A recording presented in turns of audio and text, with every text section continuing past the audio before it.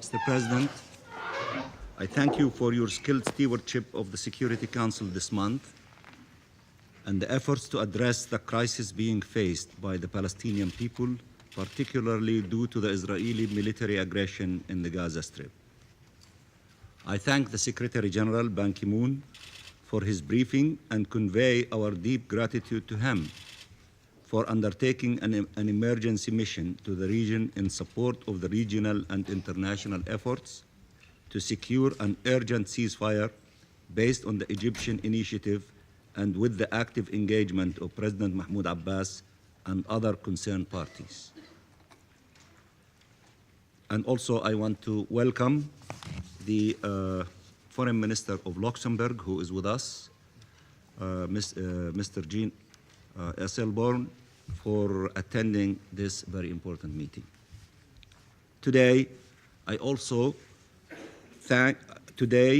also recognize the efforts of UN Special Coordinator Robert Sari on the ground, including with regard to the calls for the humanitarian pause and the valiant efforts of UN agencies on the ground, including UNRWA, under the leadership of Commissioner General Pierre Crumble, and OCHA, under the leadership of Under-Secretary General Valerie Amos, and other UN agencies and humanitarian organizations, including the ICRC, that are providing vital emergency assistance to the Palestinian people at this time of crisis.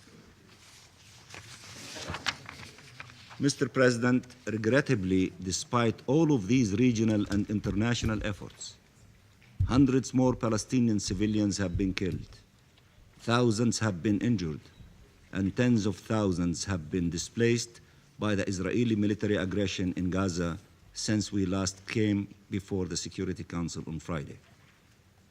Israeli bombardment, including missile airstrikes, bombs, and artillery shelling by air, land, and sea at densely populated civilian areas, has also resulted in the destruction of more than 1,000 homes and damage to more than 18,000 other homes. Fear and panic have gripped the population, leading to displacement of more than 100,000 people who are now sheltering in UNRWA schools, already double the number of Palestinians who sought refuge in the agency's schools in the Israeli war on Gaza of 2008-2009. Here, we urgently appeal for efforts to address the immense humanitarian needs of the Palestinian civilians in Gaza, including through donor support to UNRWA emergency appeals. With no regard for human life, Israel, the occupying power, continues to slaughter entire families. A family of 26 people in Khan Yunis, Al Jami' family, a family of 8 people in northern Gaza, Abu Jarad family, a family of 10 people in Shuja'iyya, Ayyad family, a family of 7 people in Shuja'iyya, Al Khalaq family, a family of 6 people in Shuja'iyya, Al Shakaki family, a family of 5 people also in Shuja'iyya, Slim family, a family of 4 people in Shuja'iyya, Al Hayya family, and a family of 4 people in northern Gaza, Al Zwaydi family, were among the many victims of Israelis' heinous attacks in just the past 3 days, with children and women constituting the majority of the dead. The casualties are mounting with every passing minute. In one day alone, Sunday, 20th July, 95 Palestinians were brutally killed, with at least 72 people, including 17 children, 14 women, and 4 elderly persons, massacred in Shuja'iyya by the occupying forces, who left the streets of the area littered with bodies and with many victims trapped under the rubble of homes, ensuring a rising death toll. Overwhelmed paramedics there declared, and I quote, "There are no injured in Shuja'iyya, only dead," end of quotation. It is nearly impossible to keep up with the pace of killing and injury caused by the occupying power with all means of heavy weaponry against a defenseless civilian population. For instance, in a period of just 2 hours following my letter to the Security Council yesterday, another 23 Palestinians were killed, their names and stories not yet included in the vast documentation of the Israeli war crimes against the Palestinian people, which we will continue to insist be officially recorded by the United Nations in our tireless pursuit of justice for the victims and our nation. The death toll now stands at more than 600 Palestinians and more than 3,500 people injured. We are haunted by the images of babies, boys, girls, women, and men murdered by the Israeli occupying forces in their homes, in the streets, and in the refugee camps, by the images of the thousands of wounded people, their lives forever marred, by the sight of thousands of Palestinian families again dispossessed and fleeing for safety from the Israeli assaults in this endless Nakba against our people. Let me just show you some of the pictures of these victims.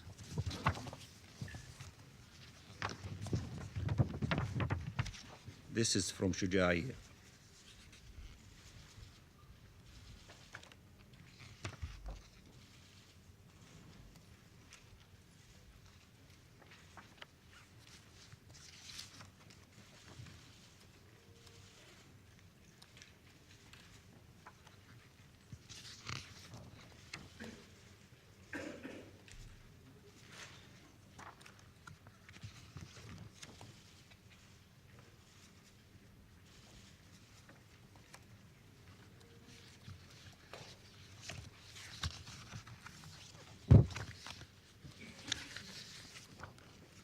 These are the human faces of our victims. And these are samples of those who suffer the most, and the largest number of them killed, the children.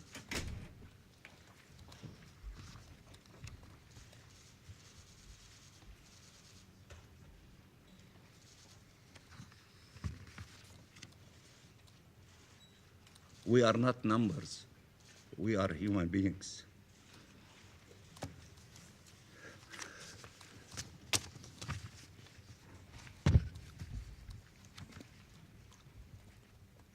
When hospital floors are drowning in the blood of innocents, corridors are filled with the deafening screams of pain of the wounded, and the cries of grief and anguish for loved ones killed, and doctors with barely any supplies and deprived of sleep and sustenance struggle courageously to save human lives. Despite themselves being targeted for attack by the Israeli war machine, we know that the international community has failed to its commitment to protect civilians in armed conflict, failed to enforce the rule of law, and failed its promise to humanity. I am thus again compelled to at least read the names of our many innocent children killed by the Israeli occupying forces in these past days and to honor their memories. And we are wearing these black ribbons today to honor all of our children, women, men, and all Palestinian civilians killed in this genocide by Israel against our people in the Gaza Strip. Tawfiq Ahmad Abu Jama, age 5. Haifa Tawfiq Ahmad Abu Jama, age 9. Shehnaz Walid Muhammad Abu Jama, age 1. Ryan Taysir Abu Jama, age 8. Razan Abu Jama, age 14. Ahmad Ayman Mahrous Siam, age 17. Mustafa Nabil Mahrous Siam, age 12. Gaida Nabil Mahrous Siam, age 8. Dalal Nabil Mahrous Siam, 8 months. Mayar Naif Naif Al-Yazigi, age 2, Anas Al-Yazigi, age 5, Ibrahim Ammar, age 13, Asim Ammar, age 4, Iman Ammar, age 9, Saji Hassan Al-Hallaq, age 4,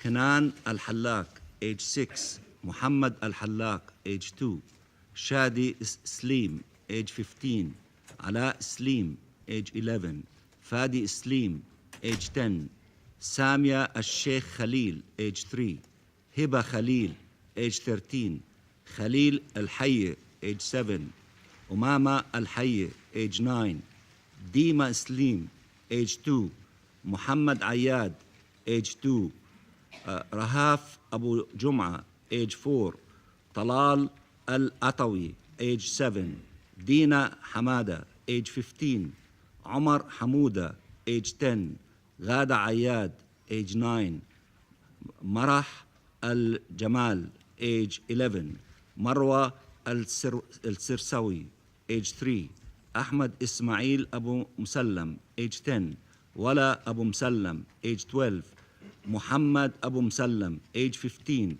Rahaf Khalil Al-Jabur, age 4, Yasin Al-Humedi, age 4, Muhammad Saeed Natche, age 15, Muhammad Salim Natche, age 4, Siham Musa Abu Jarad, age 15, Alam Naim Abu Jarad, age 13, Haniya Abdul Rahman Abu Jarad, age 3, Samih Naim Abu Jarad, 12 months old.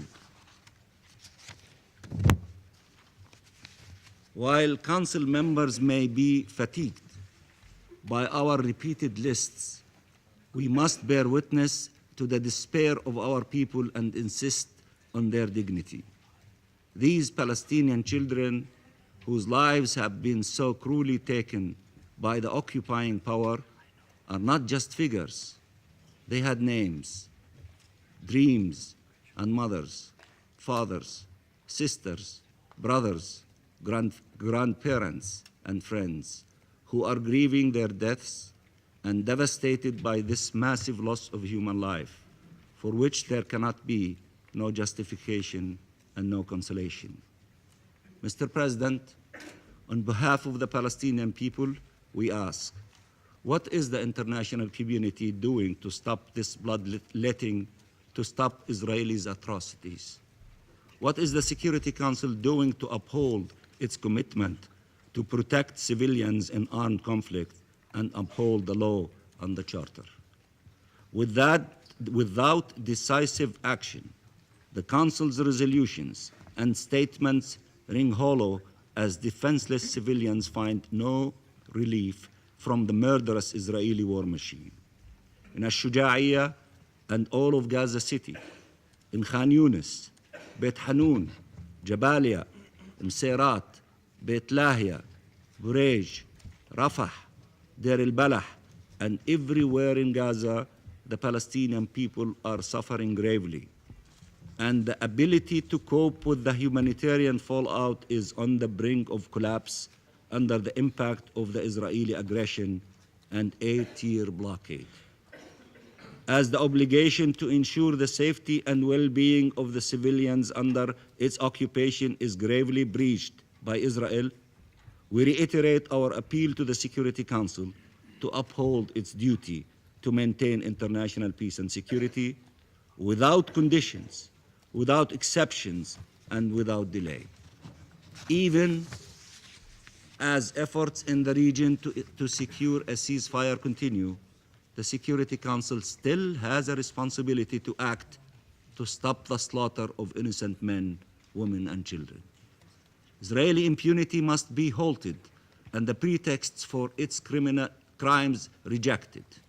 The world can no longer deny that such crimes are being deliberately planned and carried out to exact maximum loss and punishment against unoccupied people, whether via military attacks and reprisals, colonization of the land, imprisonment of thousands, blockade, or humiliation of the people and leadership. This is a fact verified by the many declarations by Israel's Prime Minister and other government officials, and by settler leaders and terror gangs regarding the price they will make the Palestinians pay for daring to demand their rights, and it is a fact repeatedly proven by the violent, racist, and illegal actions of the occupying power. Moreover, we reject the cynical Israeli arguments labeling an entire people as terrorists. Our children, women, and men are not terrorists, and no family would allow their loved ones to be used as human shields. The reality is that they have been held captive by Israel in an open prison called Gaza, which remains under Israeli occupation and control, regardless of the false Israeli narrative regarding the 2005 redeployment. Yet, we have never once heard the Israeli representative mention before this council the word occupation, conveniently ignoring the fact that Israel is an occupier, yet somehow claiming the right to defend itself from the people it is viciously occupying and repressing. An Israeli fabricated right, certainly not ordained under international law, as opposed to the legitimate right to resist foreign occupation and the right to self-determination.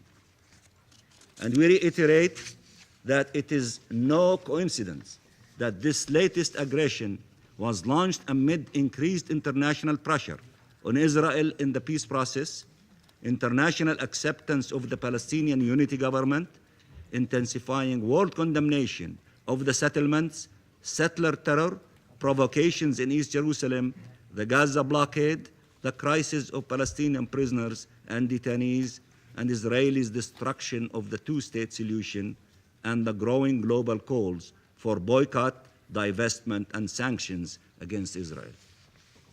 Mr. President, the Council must live up to the demands of the Charter, as well as the expectations of the international community, where the injustice being endured by the Palestinian people under this depraved Israeli occupation has again rallied millions of people of every race, color, and creed in the streets of capitals all over the world, demanding an end to the Israeli aggression, colonization, and collective punishment in occupied Palestine, including East Jerusalem, and demanding accountability for Israeli war crimes, including at the International Criminal Court. The Council must play its rightful role and contribute to the urgent efforts to secure a ceasefire. Moreover, it must exert efforts to ensure that the ceasefire is sustainable, preventing reoccurrence of such crises and addressing core issues, including the need to end the Israeli blockade of Gaza and ensure the sustained movement of persons and goods, the need to ensure protection for the Palestinian people, and the need for a political horizon forward.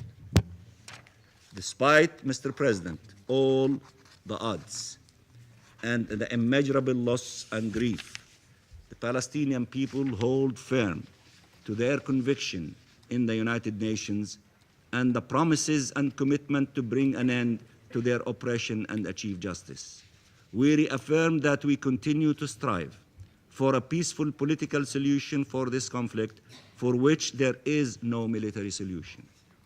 And we appeal again to the international community to lend all support possible to the long-running efforts to achieve a just, lasting, and peaceful settlement, and the long-overdue realization by the Palestinian people of their rights and national aspirations, including to freedom and independence in their state of Palestine, with East Jerusalem as its capital. In conclusion, Mr. President, I reiterate my call for the adoption of a resolution by the Security Council to condemn this Israeli aggression against the state of Palestine